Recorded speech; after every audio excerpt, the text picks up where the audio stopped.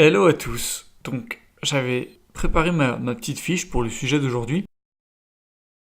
Et puis en la relisant, je me suis dit, en fait, là, j'ai pas envie de parler de ça, là tout de suite. Et j'avais beaucoup plus envie de vous parler de quelque chose avec un background plus personnel, plus vous partager un ressenti finalement. Je me rends compte que ce défi d'un podcast par jour, au début, il était extrêmement simple et là, je vois vraiment qu'il faut que je me donne une rigueur et une organisation que je cherche encore pour minimiser finalement le temps passé pour garder la même qualité et que en capital volonté finalement chaque jour ça me coûte pas, le moins cher possible. C'est pour ça que je suis en train d'essayer de trouver la meilleure façon d'implémenter dans ma discipline quotidienne. Et du coup, je pensais que c'était pas mal de vous parler de la difficulté et de la méthode un peu d'implanter, de garder une discipline. Donc déjà, j'ai choisi cet exemple des podcasts parce que pour moi, c'était déjà le format le plus simple. Je voulais vraiment faire quelque chose qui me donne un objectif quotidien. Parce que tout effort, si on veut qu'il ait un réel impact sur le long terme, il faut que ce soit un daily effort, un effort journalier. Donc je me suis dit, vous partagez du contenu tous les jours, c'est le meilleur engagement que tu peux faire pour te forcer à te créer une discipline. Et puis vraiment, la vidéo, ça me demandait des ressources que j'ai pas forcément, parce que je voulais faire quelque chose de propre, visuellement parlant.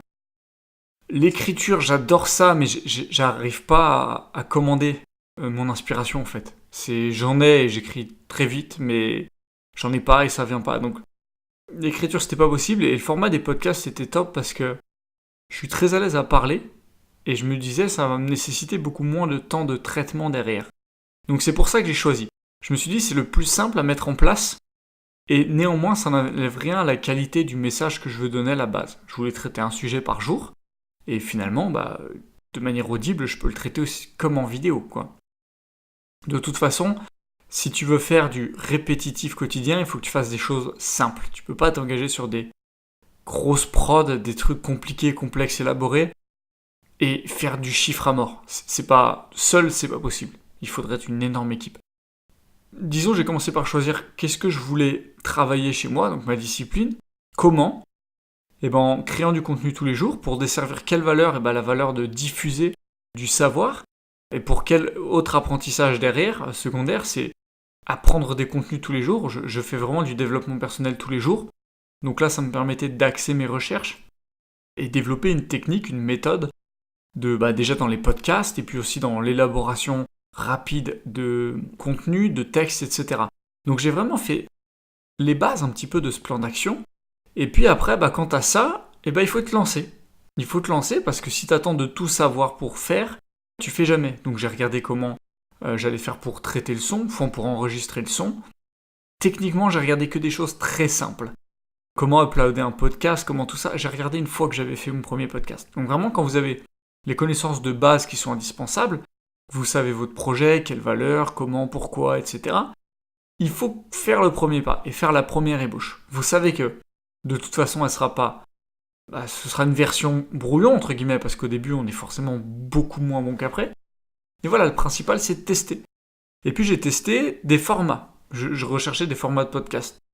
J'ai essayé plusieurs formats, un format d'impro, un format plus théâtral, un format plus long, plus court. Et puis à force d'essayer, parce que j'aurais pu finalement élaborer, regarder sur des feuilles en quoi ce format il est bien, faire des recherches, des machins et tout. Et puis en fait, ça se trouve, j'aurais fini par trouver le format parfait en théorie, et je l'aurais testé, j'aurais vu qu'il ne me correspondrait pas. Alors que le fait d'avoir eu une idée et de l'avoir expérimenté directement derrière, j'ai tout de suite vu comment je ressentais cette idée. Et il y a notamment une idée, j'étais trop excité quand je l'ai fait, je dis putain mais ça va être phénoménal, j'ai quelque chose de différent que j'ai vu nulle part. Puis je me suis rendu compte que j'arriverais pas à m'y tenir sur le long terme avec ce format. Donc. Et ça, dans la théorie, j'aurais jamais pu le trouver en fait. Quant à tout ça, il faut commencer à passer l'action, faire les premières ébauches. Et puis quand tu as trouvé un format, tu dis ok, ça va être ce type de format. Et après, il faut commencer à le présenter au public, à le présenter aux personnes. Bien évidemment, tu sais qu'il sera pas parfait, tu sais que ce sera peut-être mal reçu par toi et par ta communauté. Pourquoi pas ? Et tu sais quoi, si ça arrive, c'est phénoménal parce que t'as pas meilleur signal pour te dire ok, là ton projet il tient pas la route, faut que tu changes de projet, let's go. Et tu rechanges et tu proposes autre chose. Et puis si ça plaît, ça te conforte et tu continues. Et il n'y a que le seul moyen d'acquérir un niveau de perfection, de développement très fin, très poussé, c'est dans le feedback. Il n'y a rien de plus qui t'apprend plus que le feedback pour avancer. Lié à l'action du coup forcément. Et puis après, tu te mets à faire ton projet au rythme que tu t'es imposé. Et après, tu as les premières problématiques qui viennent. Donc c'est mieux que je le fasse à quelle heure, comment je peux l'implémenter dans ma journée. Et j'essaye plusieurs horaires. Là, par exemple, celui-là, je le fais l'après-midi, alors qu'au début, je le faisais le matin. Et puis une fois, je me suis dit, en fait, je vais le faire soir. Puis est-ce qu'il faut que je l'écrive la veille ou pas? Et du coup, la seule façon pour moi de répondre à toutes ces questions, c'est d'essayer par moi-même.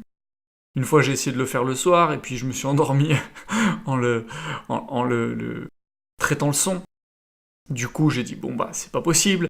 J'ai dit, vas-y, j'écris la veille. Mais du coup, en écrivant la veille, je me suis pas imposé à le tourner le matin tôt. Donc, je me suis retrouvé à le faire le soir le lendemain. Il y a plein de petites choses qu'on se rend pas compte et qu'on ne peut que se rendre compte dans l'action et dans le test. Et voilà, tout simplement. Je pense que mon partage s'arrête là. C'est plus dans comment on peut lancer une action qu'on reporte depuis un moment ou qu'on a vraiment envie de faire.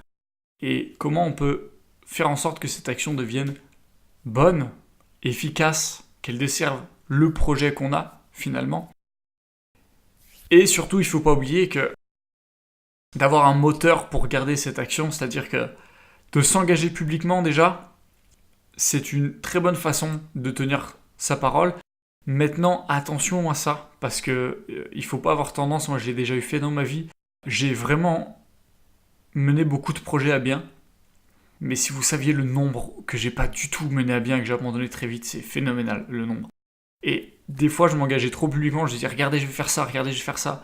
Et quand tu tiens pas ta parole aux yeux des personnes, tu perds toute crédibilité. Donc il faut vraiment que ton projet, tu dises ok celui-là il est cohérent. Celui-là il est cohérent en termes de travail, de durée, de ce que je veux faire. Ok, let's go, je m'engage publiquement. Et boum, t'y vas.